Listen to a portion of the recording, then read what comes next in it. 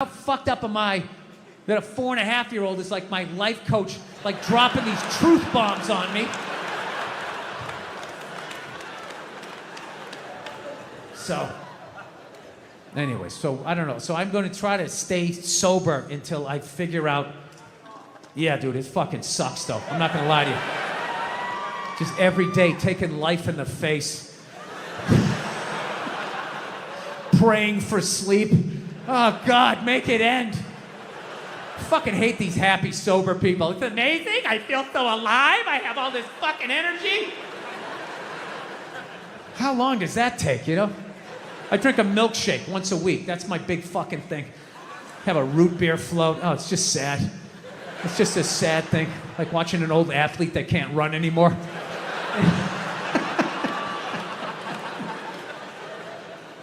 I used to day drink, man. It was great. So, anyway. By the way, I haven't even mentioned how blown away I am that I'm even playing in this place. This is absolutely incredible. Yeah.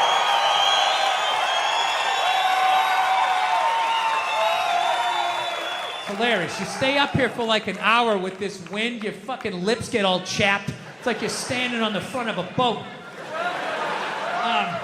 So anyways, let's end with a couple of silly ones here.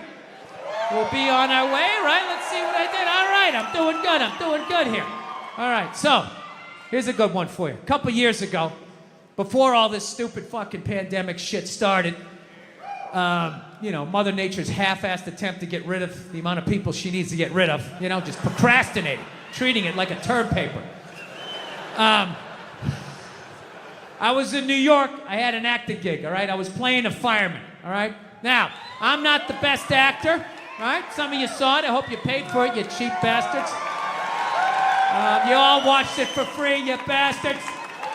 So anyways, I'm not the best actor, so I have to look the part. So I grew this giant, you know, fireman mustache, big, stupid fireman mustache, which looked great when I was wearing the whole fireman getup, and they put the fake dirt on my face. I looked like I had been fighting fires for 20 years, right? However, the second I took off the costume and they cleaned off my face and I put on my regular clothes, I immediately just looked like some sad old queen that never found love, right? And as luck would have it, I was in New York City in June, which I quickly found out was Gay Pride Month. The whole month. And let me tell you something, the gay guys show up strong. It is wall to wall. The fucking island is almost tipping over. There's so many of them. And I'm sitting there like going, oh my God, 30 days of this shit? I'm walking around with this orange Freddie Mercury fucking dick broom on my face. I am going to be getting harassed up and down the street. I was an actor shake, man. I was fucking shredded. I got to tell you something, man. When I tell you 30 days of June, not one gay guy even fucking looked at me.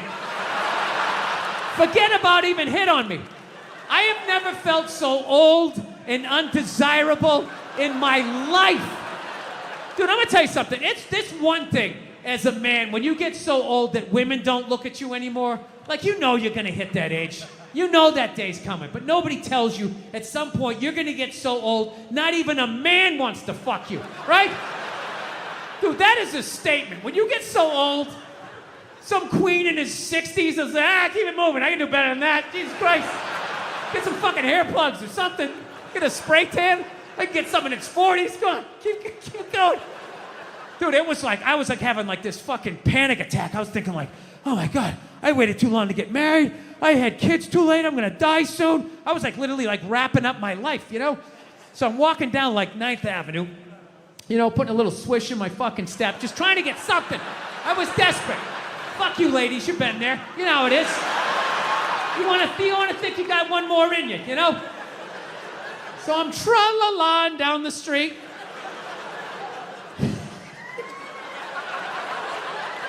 I really wish that wasn't the truth. So I'm going down 9th Avenue, and all of a sudden I looked up, and about 2 blocks away, all of a sudden I see this lesbian coming up the block, okay? Now I know this is Boulder, Colorado, right? So you guys are all like, fucking, hey man, you know? Like, how did you like know she was a lesbian, man? Like, that's not cool. You just looked at her and you just knew she was a lesbian. You don't know her. How do you just know somebody's a lesbian? In 1903, sir, please don't open the door, sir. What are you doing? Sir, no, don't! Stop, no!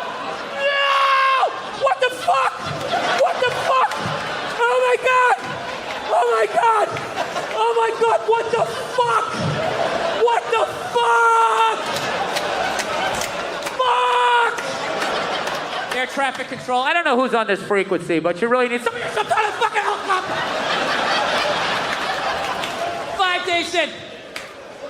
So I read further into the story. Turns out the guy who jumped out, he was 61 years old, terminally ill. He was in pain every day. They couldn't figure out what was wrong with him, and he had had enough. At that point, that guy immediately became a hero in my world, right? You know what I love about him? Not only did he make the decision, he didn't go out like some pussy, right? Handful of pills, watching a romantic comedy, wrapped in an Afghan that Nana made. Fuck that. This guy went out like a man. Take me up in a chopper, I'm looking at the land I love, and then I'm jumping out like a superhero. I loved it. Yeah. This guy should have been wearing a fucking cape. I can't imagine how elated he must have been on that helicopter ride up after finally, just taking back control of his life. Like, fuck you, disease, I decide. Ripping tubes out, gets a burger, shotguns a beer, take me up in the chopper. He probably had his fucking foot on the dashboard. He's not even listening to this guy giving the tour, right? Over 27 miles of beaches. Put your seatbelt back on. Established as a county in 1903. Sir, please don't try to open the door. No! Don't!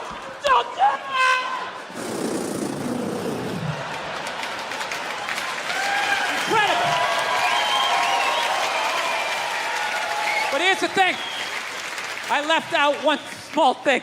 There is one small thing. The guy fucking lived.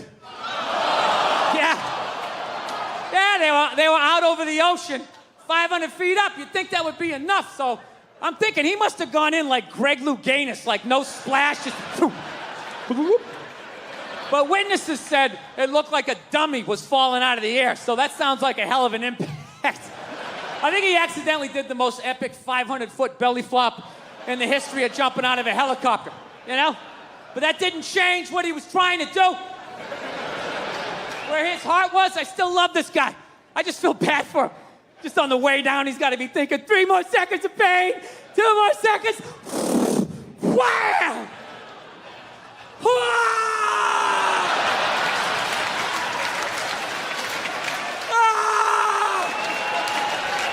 Oh my God, this is worse! This is way worse!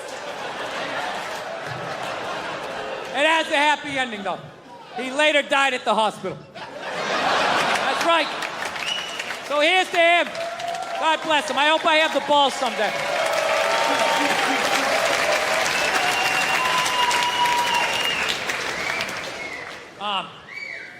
So, where do you go from there? Well, as I mentioned last time I came through town, I wanted to get a gun. I do. Yeah. But I finally given up on that. I gave up on that dream. My wife doesn't want me to get one, so. Yeah, she didn't want to. You gotta pick your fucking battles. I'm gonna learn how to fly a helicopter on the sly. I can't fucking have some. Guys, we hang with them in the beginning because we're young, and then in the middle they're having kids, so we kind of pass them. But that end, that last third, we're like the stock market. We just go right down to the ground. It's brutal. I went to this party. All the old ladies there were unbelievably shocked. They were still playing cards. They were right there. But some of the old dudes, man, they were brutal. You ever see a guy like so old he has like that permanent look of horror on his face? You know what I mean? A couple guys walk in, they look okay, how you doing? And then there's always that one guy just comes walking in just like...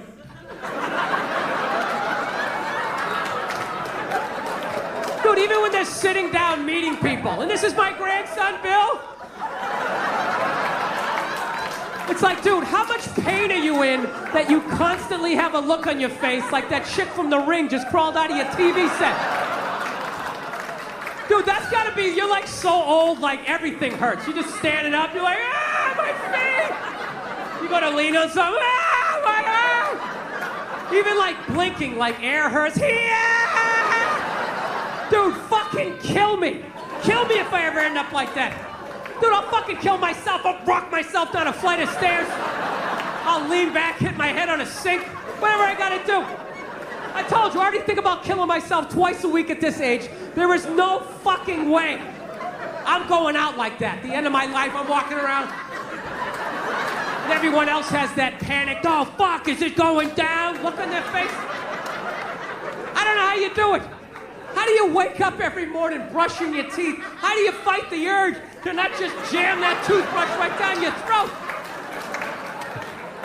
I'll tell you what kills me was only the old guys had that look on their face. None of the old ladies did. Some of the old ladies had a look of like mild disappointment, you know, just sitting there like... You know, like they always wanted to go to Europe, but they never got around to it. But only the old guys had like that. Dude, it was almost like they wanted to tell you a secret. Like, where's the gold? Can you remember the combination? What is that? Somebody said it's like a mild form of dementia. You know what I think it's from? I think it's from being married for 60 years, getting nagged every day, and never once looking at your wife being like, you know what, how about you shut the fuck up? How about that? Hey, I got it, you're not happy. You know, well then fucking leave! Is it that or do they like wear you down? I think they wear you down. Because I know as a young man, I had a lot more spring in my step. Young guys, your girl gives you shit, you know, you go for a drive. Where's this relationship going? This feels weird. We need to talk. Hey, fuck you, lady. You get in the car, you go for a drive. Punch the ceiling a couple times. You scream out the window, bitch! You know? You get it out. You get it out before your face gets all twisted up. Get it out. Back to me. Then what happens? What happens? You stay in the relationship. You stay in the relationship, right? You get married.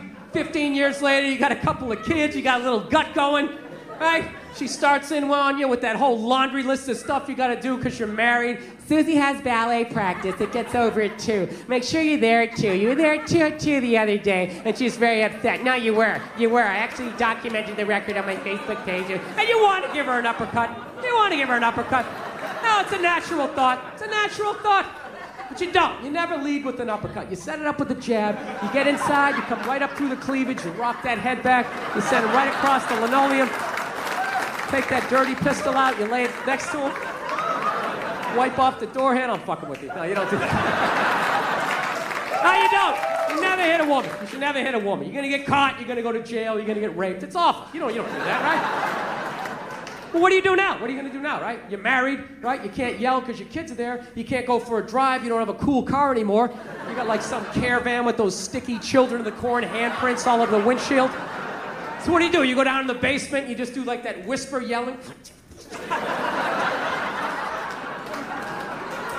And then I think just one day you're just too old. You're just too old. You're tired. You've been married like 60 years. Your body's breaking down. You blew your knee out at the Y playing pickup ball like 30 years earlier in the 50 and older league, you know? And you just want to watch the game. And she comes in that one last time, right? Just to annoy your head. Just picking on you. You always hated my brother, and I always resented you for it. Why couldn't you be more like your brother, right? And you start to, fuck this up, listen to this, right? You go to get up. And that's when it hits you. That the day before was the last day you had the quad strength to get up and out of your favorite chair. And that's when the panic sets in. You're like, oh shit. Dude, I can't get up. Oh my God. I gotta listen to this for the rest of my life. Before we get going, drop a like and hit subscribe if you haven't already. It was a cold Sunday in Austin, Texas, when Vanessa tossed the manila envelope onto my lap like it was nothing more than a flyer. She already had that smirk on her face. Figured this would spare us both the hassle, she said, arms crossed, chin lifted like she was doing me some kind of favor. I glanced up from the recliner, still in my weekend hoodie, coffee cooling on the side table, and pulled the envelope open without saying a word. Divorce papers, crisp, typed, her signature already shining at the bottom like she'd rehearsed it. "So we're doing this now," I said, keeping my voice level as I turned to the signature page, calm on the outside even if I wasn't quite there yet. She gave a slow, satisfied nod. "Unless you'd rather make it ugly." Her tone carried a dare, like she expected me to fall apart. Part of her wanted me to scream. Instead, I reached for the pen in the side table drawer, clicked it open, and signed. No pause, no trembling, just ink meeting paper. I rose, passed the papers back to her, and said, still even, "Go ahead and pack." Her expression flickered, a small twitch, barely there, but I caught it. That wasn't the response she'd banked on. She wanted a scene. She got a clean ending. "Hold on, you're actually serious?" she said, her smirk slipping just enough to reveal what was underneath. "Aren't you even going to ask why?" I shrugged. "I already know why." That struck a nerve. Her scoff came out louder this time. "Unbelievable. You think you can just wave this off and tell me to get out? That's not your call to make, Richard." She turned sharply and marched down the hallway to the bedroom, slamming the door hard enough to shake the walls. Then came the lock. I didn't go after her. I didn't raise my voice. I walked to the garage, picked up my toolbox, and came back to the hall. Behind the door was silence, but it wasn't the silence of someone regrouping. It was the silence of someone who never thought I'd actually follow through. I knelt down and started taking the doorknob apart, piece by piece, unhurried, deliberate. No shouting, no theatrics, just movement. Let her sit in there and think about what's coming. Let her understand that the man she assumed she could shatter had already seen it coming. I wasn't there to argue. I wasn't going to unravel.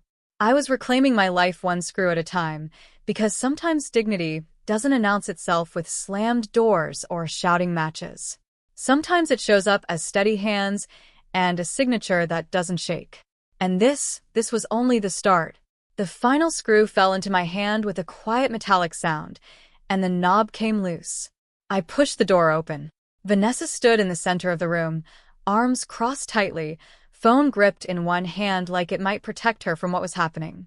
Her eyebrows shot up when I walked in. "Seriously? You took the door apart?" I said nothing. I walked past her, opened the closet, and pulled out her luggage, the large case with the pink wheels, the carry-on still dangling that old Vegas tag. "Oh, come on, Richard. Stop this. You're overreacting." I dropped to my knees and unzipped the bigger suitcase, one hand on the zipper and the other reaching for the closet. Blouses, jackets, skirts, I didn't bother folding, just gathered and stuffed, working like a machine. She stepped in closer, her voice climbing. "Okay, this is enough. It was supposed to be a joke." Still, I said nothing. I grabbed the sweaters off the top shelf and shoved them in, her perfume bottles clinking as they rolled into the corners. "Hey, Richard. I said it was a joke." I stopped just long enough to look at her. "A joke," I repeated finally, my voice flat and quiet. She softened at once. "Yes, exactly. It was something stupid my friends dared me into. It wasn't real. I figured you'd find it funny. Come on. You didn't even ask what was happening. You just went ahead and signed." I zipped the case shut, stood, and moved to the dresser. I opened every drawer, pulled out what remained of her clothes, and packed the second suitcase. Her tone shifted again. "Wait, you're really doing this? You're kicking me out because of a joke?" The heels from the closet floor went in next, along with her scarves and the collection of handbags she once claimed needed a closet all their own. "You didn't even give me a chance to explain." "Because you already had," I told her simply. She laughed, hard, forced. "Wow, you won't even let me make it right." I paused and met her eyes directly. "You didn't come here to make it right. You came here to watch me fall apart." That silenced her. Her mouth opened, then shut again, the first genuine quiet since I'd walked in. By the time the sun started creeping over the rooftops, I was rolling the suitcases out to the porch. The air was sharp and cold. Vanessa stood barefoot in the doorway, sweater wrapped tight around her. A notification pinged on her phone. She looked down. "My ride's here," she said quietly, smaller than before. The gray car pulled up, gravel crunching beneath its tires, driver staying put inside. I stepped forward, set the suitcase down on the grass, then placed the carry-on beside it. She lingered at the porch's edge. "You've got nothing else to say?" I looked past her at the yard. The trees stood bare, branches stark against the pale winter sky, the grass frosted and still. Then I turned and walked back inside without a word, without looking back. The door shut behind me with a click, and that small sound felt like the period at the end of a sentence I no longer wanted to write.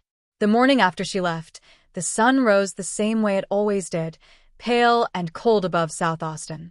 I was already seated at Café Pendleton, the quiet corner spot I'd gone to every Sunday for 3 years running. Same booth, same server, same order, black coffee, 2 eggs over medium, rye toast, no butter.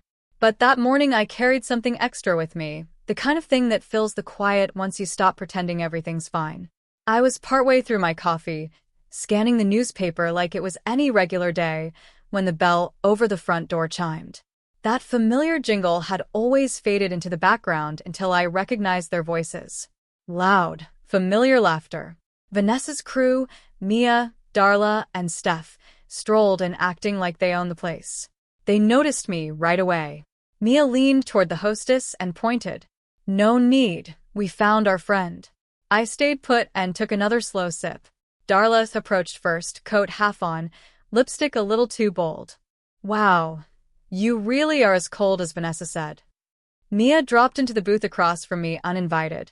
Steph stood next to her, arms folded like she was there for backup, though her small frame wasn't intimidating anyone. "You threw her out over a prank?" Steph asked. "Seriously?" Mia pulled off her sunglasses and tossed them on the table. "You just signed the papers like some machine and didn't even push back. That's honestly cruel."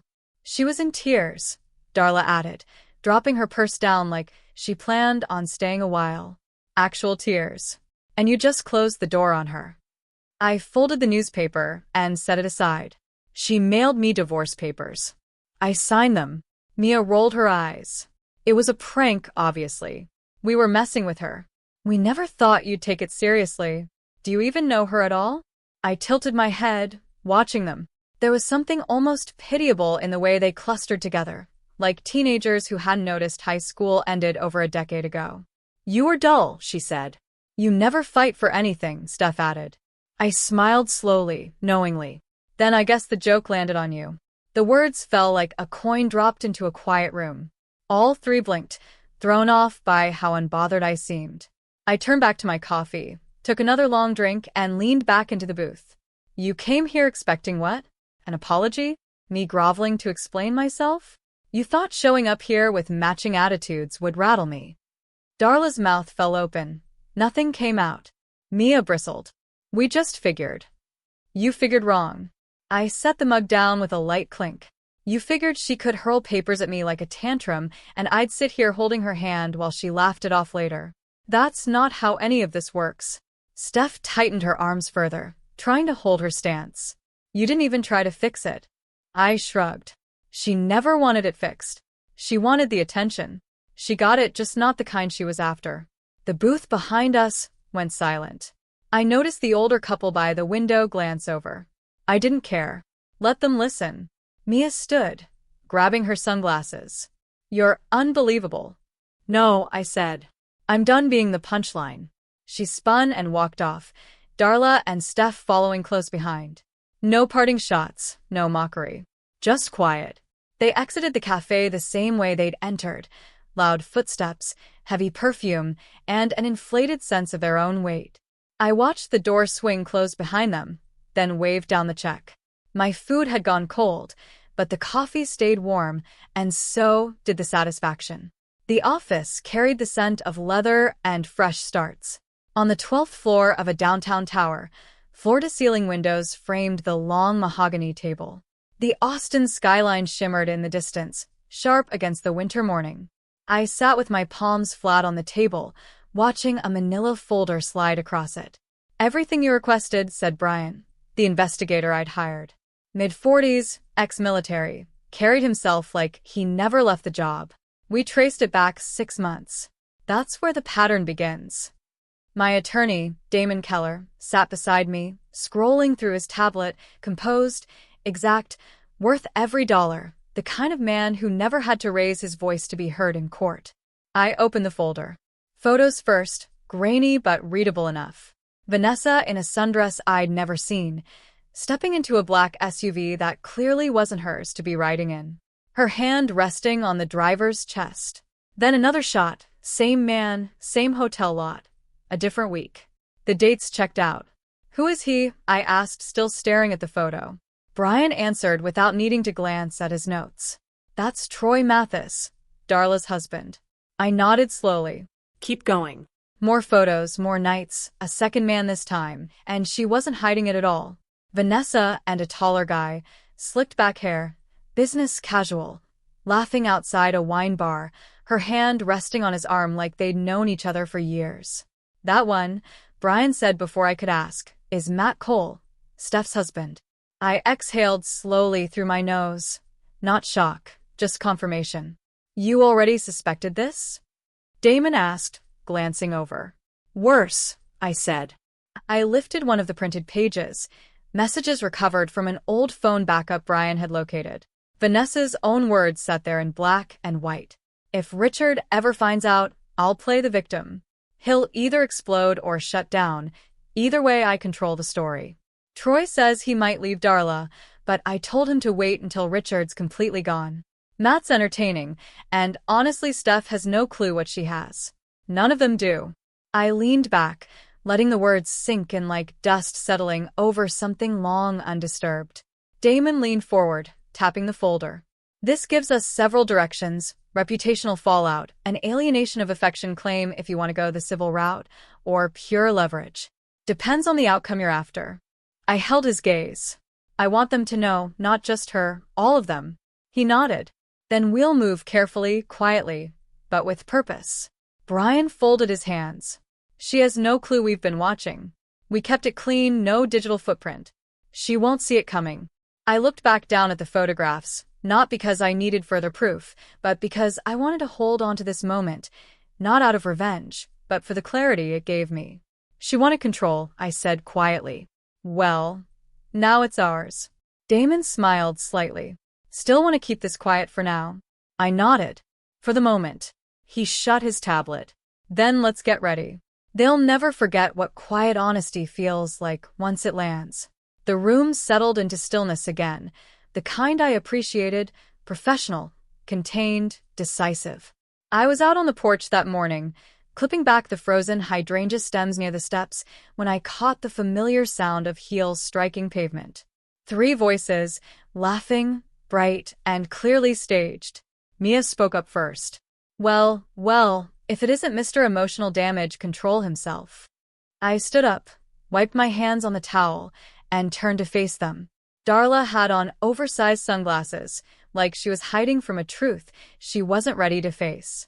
Steph carried her coffee in a reusable cup that read "Good Vibes" only in gold script.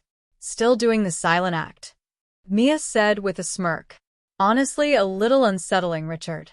I said nothing. They walked up the path like they owned it, stopping just before the porch steps. It was obvious the performance was for each other, not for me. Darla gestured toward the yard with a manicured hand. So dramatic, tossing her bags out like some scene from a movie. "It was just a prank, man. You took it way too far." Steph sipped her coffee. "You made it a spectacle, not her. It's everywhere in our group chats now. You're the one who looks unhinged." I looked at them for a beat, letting the cold settle between us. Then I spoke. "You still don't know she's been sleeping with your husbands?" All 3 went still. The laughter vanished off their faces like a switch had been flipped. Mia blinked. "What are you talking about?" I stepped back, pulled the door open, and gestured them inside. "You should come see this." For a moment none of them moved, frozen like they couldn't process what I'd said. Then Steph finally broke the silence. "Wait, you're telling me?" "I'm saying exactly what I said." I turned and went inside without waiting. I knew they'd follow. They always did. A minute later, the 3 of them stepped into the living room. Their whole energy shifted. No laughter, no attitude, just quiet footsteps and sharp glances passed between them. I walked to the coffee table, picked up the 3 envelopes I'd prepared the night before, and handed one to each of them. "You'll want to look at those alone," I said calmly.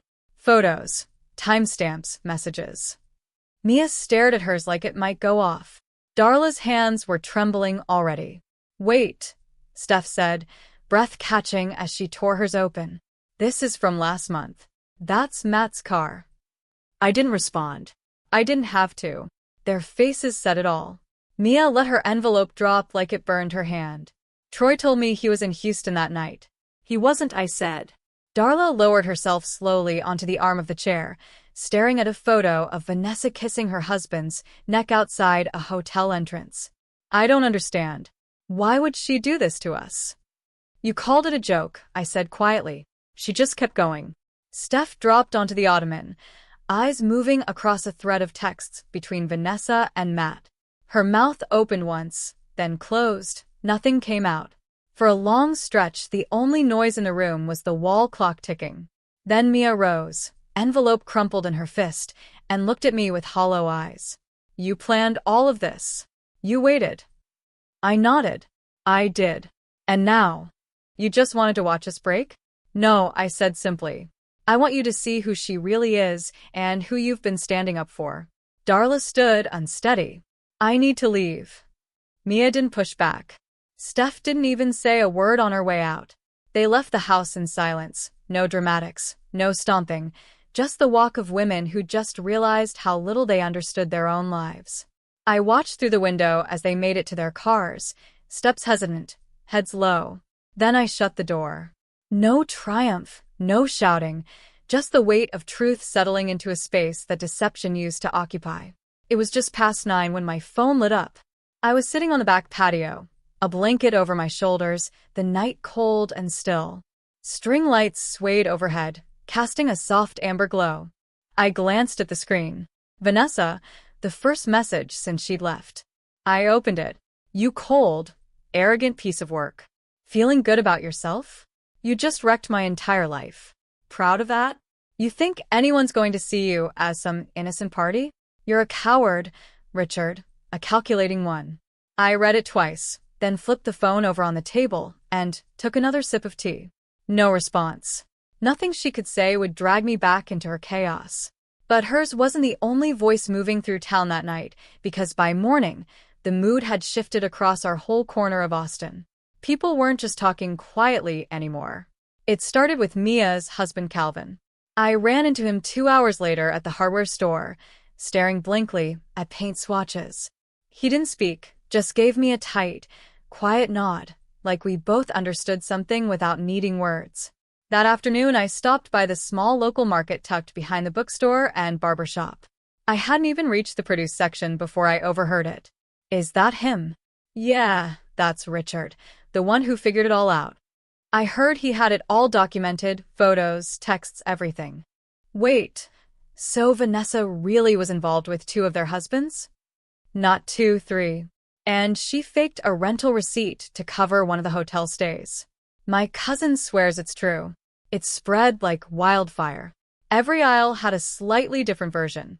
I walked past the bakery, where 2 women went quiet the second I got close. One of them, Kara, I think, gave a strained, sympathetic smile. Hey, Richard, hanging in there? I just nodded. I'm fine. And I meant it because while everything around Vanessa was falling apart, the friendships, the reputation, the carefully built image, I wasn't caught up in any of it anymore. I was simply walking through it, unaffected. I passed the freezer section and caught my reflection in the glass. Same jacket, same jeans, but something about me looked different. Calm. Not empty, not numb, just calm. Behind me someone said my name again. A guy from a neighborhood gathering last spring, one I barely remembered, stepped into my path. Thin beard, ball cap, wearing his nerves like an oversized jacket. Hey man, he said. Just wanted to say that took real guts, what you did. Heard you stayed quiet until you had it all. That's rare. I gave him a polite nod. Appreciate it. He stepped aside, and I kept moving. That was how the next several days went.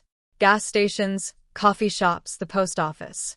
People looked at me differently, some with respect, some with curiosity, some unsure whether I was the man who exposed a scandal or the man who survived one. None of it mattered, though, because my sense of peace wasn't built on their opinions. It came from finally walking out of the wreckage, Not through shouting or fighting, but by setting down what was never mine to carry. Let the gossip spread. Let the masks come off. Let everyone finally see what had been there all along. Me over in aisle 9, picking up tea bags, moving forward with my life, one small step at a time. If you're still with me, drop a like and let me know. It was late in the day when I spotted her shape through the frosted glass on the front door. I already knew who it was. The knock was quiet, uncertain, the kind you use when you're not sure you'll be let in. I opened the door partway. Vanessa stood there, sleeves pulled over her hands like she wanted to disappear into them. Her makeup was gone, her eyes puffy and red. No calm this time, just wreckage. She drew a shaky breath. "Can we talk?" I didn't answer, just stepped onto the porch and pulled the door shut behind me, standing between her and the house. She looked past me at the porch, like the lights or the flower beds might pull her back in. "I've been thinking," she said, voice barely steady. "Everything that's happened, it's spiraled. I know that." I stayed silent, letting the quiet sit there. Look, I screwed up. I know. I never meant to hurt you, Richard. I was lost. But I don't want this to be how it ends between us. She stepped closer. "I found a counselor. She's good, unbiased. I thought maybe we could try counseling together. Just once, please." I studied her for a long beat. There were countless things I could have said, but only one mattered. "I don't need counseling," I said evenly. "You do." She blinked rapidly, like she wasn't sure she'd heard right. "I mean it," she said. "We can still salvage this." "No," I answered. "You want counseling so I can sit there and listen to you rewrite the story so you can cry in front of a stranger and turn it into some misunderstanding." She stepped back, stung. "That's not fair." "It's completely fair," I said. "You didn't just have an affair, Vanessa. You schemed. You manipulated people. And when it all surfaced, you made it my fault." Tears filled her eyes again. She shook her head. I didn't know how to cope. Everything just collapsed so quickly. "My friends." "Your friends," I interrupted, eyebrows raised.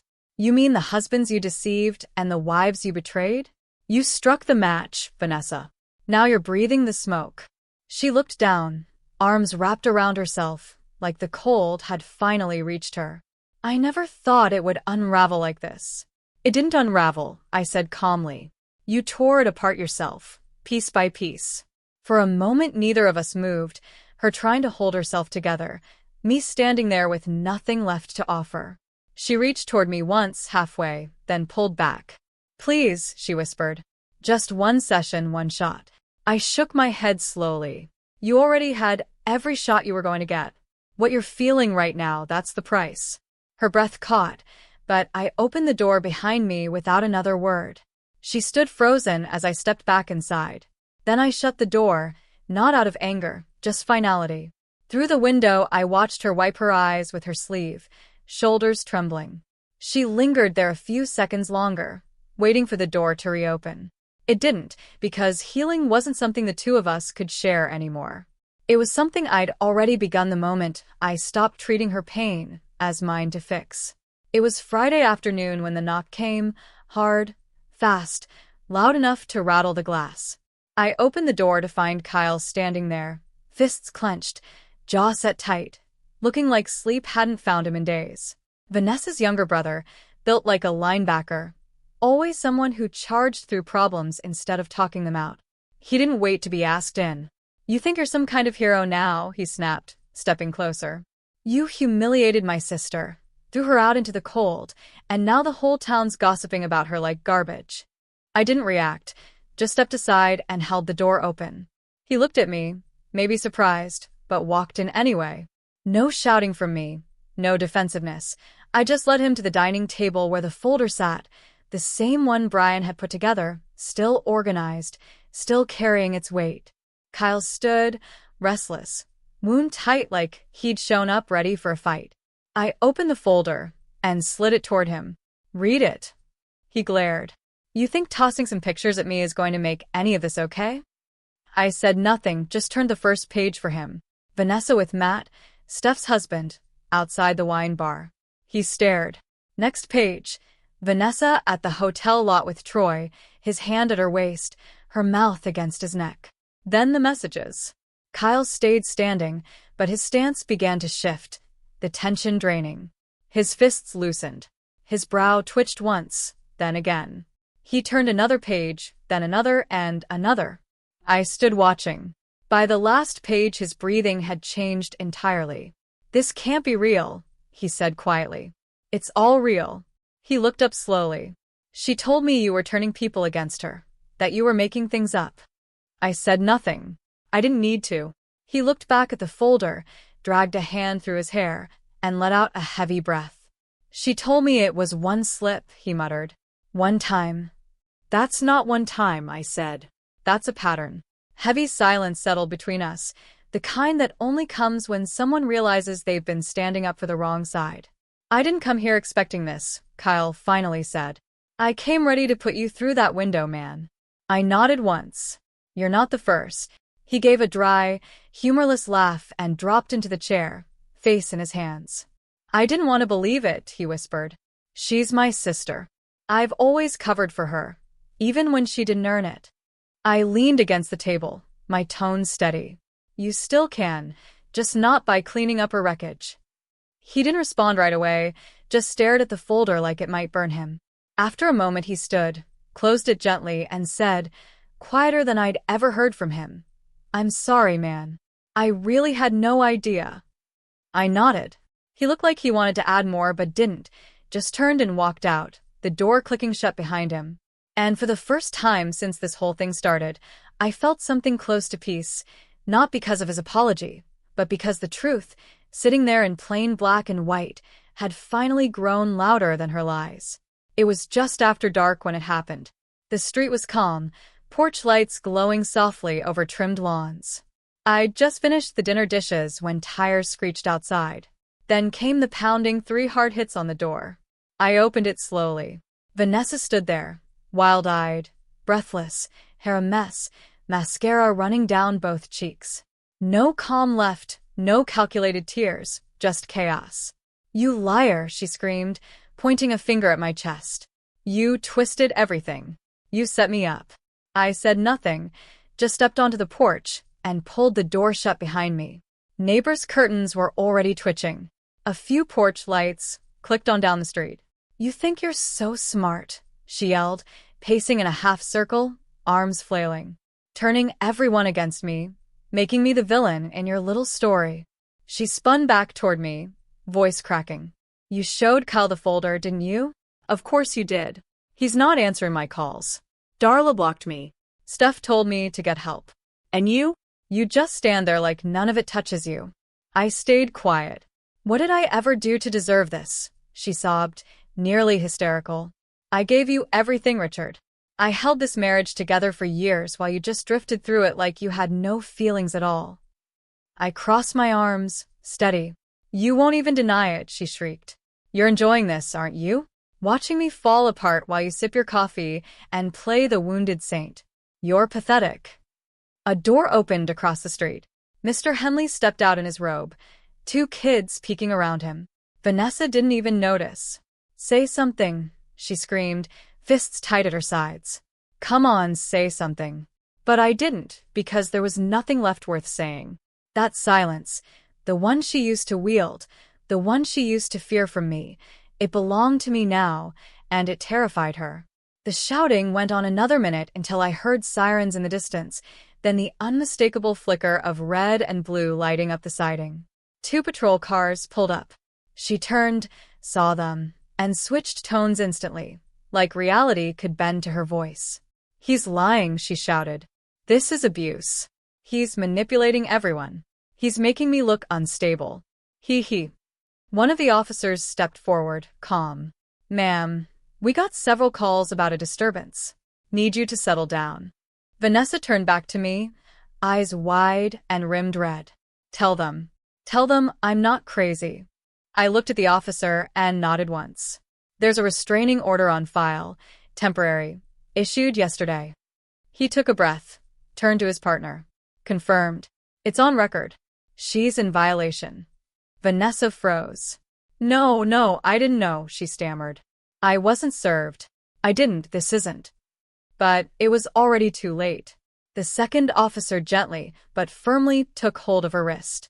"Ma'am, you're under arrest for violating a protective order." Her voice broke as they cuffed her. "This isn't happening. This can't be happening." She turned her head as they walked her to the cruiser, tears cutting through her ruined makeup. And for the first time, I didn't feel anything at all. No pity, no satisfaction, no victory. Just stillness. She glanced back once, eyes pleading, but I didn't move. I stood on the porch, arms crossed, watching the cruiser door shut. The lights faded down the block. The neighbors went back inside. The street went quiet again. I walked back in, locked the door, and for the first time in a long while, the house actually felt like it belonged to me. The courthouse felt colder than usual that morning. Marble floors, tall ceilings, footsteps echoing in a way that made everything feel heavier. I sat by myself on the left side of the courtroom. Damon, my attorney, leaned in and passed me a copy of the restraining order petition. Neither of us needed to say much. The night she'd unraveled had already said it all. Vanessa didn't appear. Her lawyer stood and made a short, weary argument about emotional distress and momentary confusion. Judge Keller didn't so much as flinch. She'd seen this pattern before, the outbursts, the rewritten versions of events. "I've gone through the footage, the complaint, and the prior incidents," the judge said plainly. "Mr. Hartman, the court grants a formal restraining order, effective immediately. The respondent must stay at least 300 feet from your residence, your workplace, and any event you're attending." The gavel came down. Just like that, it was over. I stepped outside into the cold, pulled my coat tighter, and took a long breath. It didn't feel like winning. It felt like release. That evening I went to the holiday gathering at a friend's place by the lake. I hadn't planned to stay long, just wanted to show up, make it clear that life, my life, was still moving. The room was full of light, clinking glasses, soft holiday music threading through conversation. I stood near the fireplace with a cup of cider when they approached. Mia, Darla, Steph, no heels this time, no makeup as armor, just three women who looked like they'd aged a decade in 2 weeks. Mia spoke first. "We just wanted to say we were wrong." Darla added, "All the jokes, the judgment, we didn't see what was actually going on." Steph stepped forward, holding out a small wrapped box. "Just cookies, no expectations attached." I looked at them, not with anger, not even satisfaction, just understanding. "You stood up for her," I said. "I get it. I used to do the same." They nodded, eyes down, embarrassed but there. I gave a small smile. "Thanks for saying that." Nothing more, no speech, no forced hugs, just peace. I set the box down and turned back toward the fire, letting the warmth sink in. The apartment is smaller than the old house, quieter, simpler. It sits just a few blocks from the lake, where mornings arrive soft and silver. That's where I go most days now. I take my coffee in a travel mug, walk the trail by the water, nod to the joggers, and breathe in a calm I never realized I'd been missing. The fireplace here turns on with a switch. No stacking wood, no sweeping ash, just warmth on demand, and peace, steady, unbroken peace. Nearly 6 months had passed since it all came undone, or maybe unfolded is the better word, because the truth had been there the entire time, buried under charm, under jokes, under a woman who thought consequences were negotiable. Not anymore. It was my birthday, a quiet one, no plans, no calls expected. Just me, a worn paperback, and a light snow tapping the window, until the knock came. I opened the door and found no one there, just a small package sitting on the mat, wrapped in plain brown paper and tied with string. No card. I carried it in, set it on the coffee table, and opened it. Inside was a photo album, black leather, gold lettering on the cover. "Thank you for the truth." I opened it.